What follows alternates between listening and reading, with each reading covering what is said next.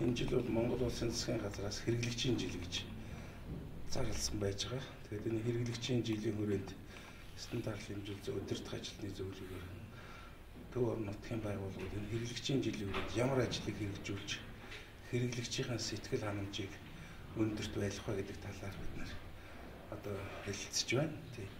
Та бүгд анзаарсан бол манай салбарын урайг бол энэ жил өндөр сэтгэл ханамжийн төлөв гэж.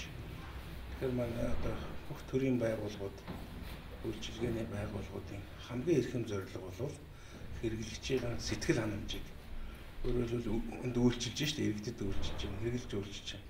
Тэр үгдийг бол тав тухтай, чирэгдэлгүй, хүн сурталгүй үйлчлэг. Энийний тулд одоо юу хийх вэ гэдэг дээр бид нэр анхаарал төвлөрүүлж ажиллаж байна.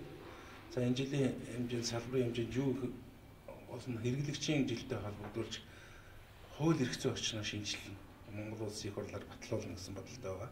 Стандарт хэмжил зүйн хуулиудыг стандарт хэмжил зүй бол өөрөө хэрэглэгчийн одоо хэмжүүр байдаг.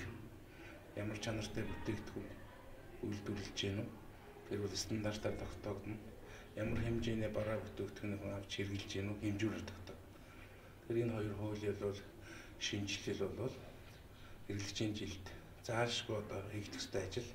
Монгол Улсын одоо парламентын нэг бол дэмжиний тэтгэлтэй байна. За энэ хэрэглэгчийн одоо сэтгэл ханамжийг өндөр байгуулахад энэ мэрэгжлийн байгууллагууд одоо яаж ажиллах вэ? Ялангуяа одоо эх орныхоо бүтээгдэхүүнийг өршөлдөх чадварыг дээшлүүлэх, экспортод гарах бүтээгдэхүүнийг өршөлдөх чадварыг дээшлүүлэх, чанарыг дээшлүүлэх бол маш том асуудал гэж бодож байгаа. Өөрөөр хэлбэл манай хэрэглэгч, гадаадын хэрэглэгчдийн одоо өндөр түвшинд тэнцсэн. За энэ хүрээнд бол Монгол улсаас одоо чанарын хөтөлбөрийг гаргах нь ёстой гэж ингэж зорж байна. За дараагийн нэг асуудал бол одоо зах зээл дээр нэг хэлэхэд бол хуурамч баталгаагүй хэмжүүр хэмжих хэрэгсэл бол одоо илэрч байна. Энэ бол нуугадах юм байхгүй. Мэргэжлийн хяналтын байгууллагаас гаргасан шалгалтууд байна. Энэ чиглэлээр бид одоо хяналтын байгууллага, тухайн мэргэжлийн хяналтын байгууллага шударга өрсөлдөө хэрэглэгчийн байгууллагатай хамтарч төв орон нутгад ажиллаж зах зээлээс хуурамч баталгаагүй улсын баталгаажинд хамрагдаагүй загвар нь бас одоо баталгаажаагүй ийм хэмжүүр хэрэгслийг одоо хэлээр оруулахыг хориглох хэрвээ энийг орж ирээд зах зээлд нийлүүлэгдсэн байх юм бол энийг одоо устгах, хориглох, тийм ээ, шахах гарах энэ арга хэмжээг авч хэрэгжүүлнэ гэж бодож байгаа. За дараагийн хамгийн нэг чухал ажил бол бид хэрэглэгчдийн одоо эргэлт сэтгэл одоо ямар одоо санал хүсэлт вэ? Энийг бол одоо банк сонсож явах хэрэгтэй. Ийм учраас бид байгууллага дээр одоо вебсайт ажиллуулна. Ямар одоо гомдол хэрэглэгчдэр байна. Ямар стандартаар гомдол байна. Стандартыг нь яаж боловсруулах вэ? Боловсруулсан стандартад одоо ямар санал байна. Энэ бүх юмуудыг бид нэр одоо онлайн системээр, электронны системээр аваад эргэж хэрэглэгчдэд мэдээлж гэнэ гэсэн. Ийм ажлуудыг хийх хэрэгтэй болж байна. Түрүү яг хэлсэн янз бүрийн баталгаа мөн хэмжээ. Тийм.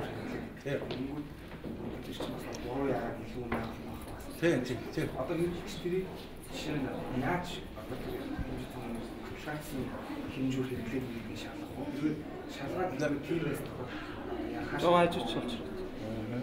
За тэр бол одоо бид нарт ийм шаардлага тавьж байгаа. За энэ бол номер хамгийн нэгдүгээр асуудал бид нэр ахын одоо бодлогын хэмжүүр гэж байдаг тийм.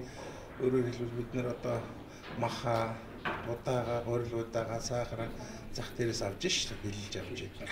Тэгэхээр энэ захууд дээр бид нэр тийм стандарт гаргасан байж байгаа. Захууд ч өөр энийг мэддэг.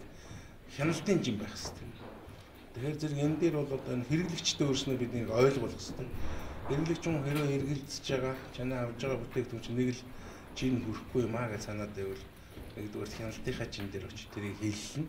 Хэллээд хэрвээ болохгүй бол одоо мэргэжлийн хяналтын байгууллага бид нар утас шүрмсээ өгөн тэр холбогдох байгууллагад хандаад тэгээ бидний мэдээж иргэдэг шалгана шүү дээ. Хэрэглэгчтэйгээ хамтарч хийхгүй бол бид нэр болохоос энд хүч хүрэх. Ямар ч бас хэрэглэгчдийн дээр бол тойлыг одоо хамтарч ажиллана гэж байна. Тэгээ энэгээр бол тэр одоо хуурамч чин баталгаагүй жин ашиглаж байгаа. Өөрөөр жингийн бууруулаад зарим одоо тухайд нь хүртэл гадны одоо металл цэцэл хийсэн юм байдаг шүү дээ. Иймэрхүү зүйлтэй тэнцэн дээ. Тийм.